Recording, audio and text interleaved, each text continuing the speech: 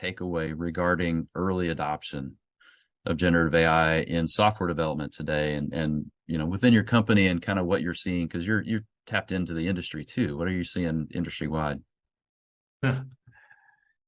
Yeah, so I remember the weekend in January of this year where I spent the whole weekend like, here's how we're going to change our mindset at Kobiton.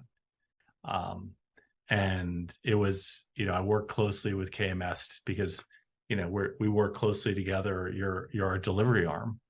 Mm-hmm. And, the only way we as a company can be successful is if KMS, embraced it. And I know that the team, there are a lot of great pioneers like it in the KMS team that have helped us along to make this happen. And so specifically around the software development lifecycle, I think of it as like this giant puzzle, and all these processes of people putting the puzzle together. How we do that efficiently and with high quality makes all the difference in how we beat our competitors. And what it's important to do is put a little AI magic throughout that software development lifecycle, and constantly ask that question: how can this specific function I'm doing, and I'm not talking broad strokes about testing or development, I'm talking about specific, how do I unit test? How do I load test? Every part of the software development lifecycle, how can we make it better? And the age-old wisdom of delegation comes in play. Like, how can I delegate to my friend and let them help me do more? Yeah.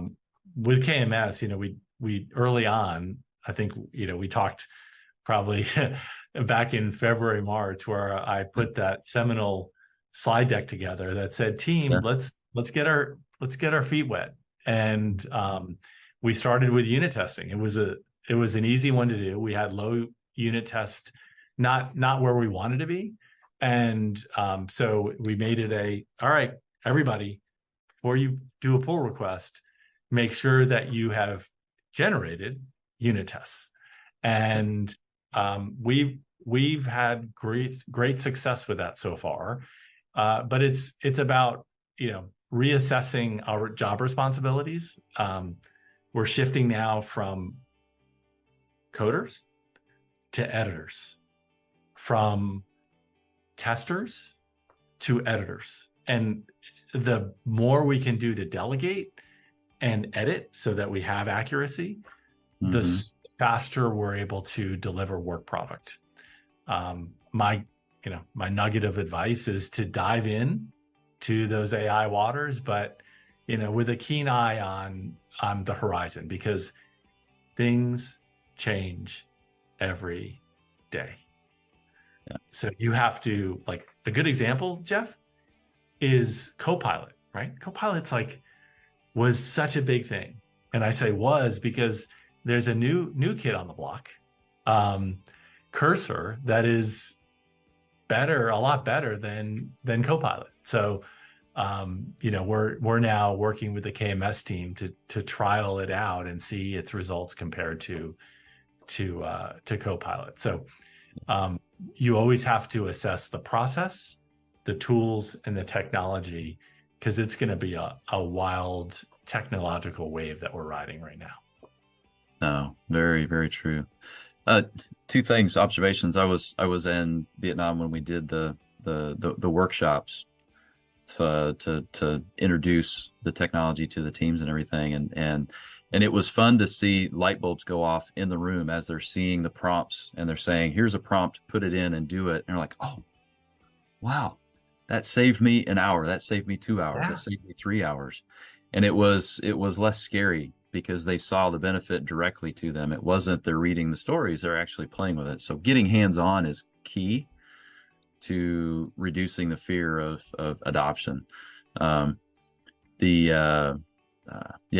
that, I think, to me was a huge takeaway.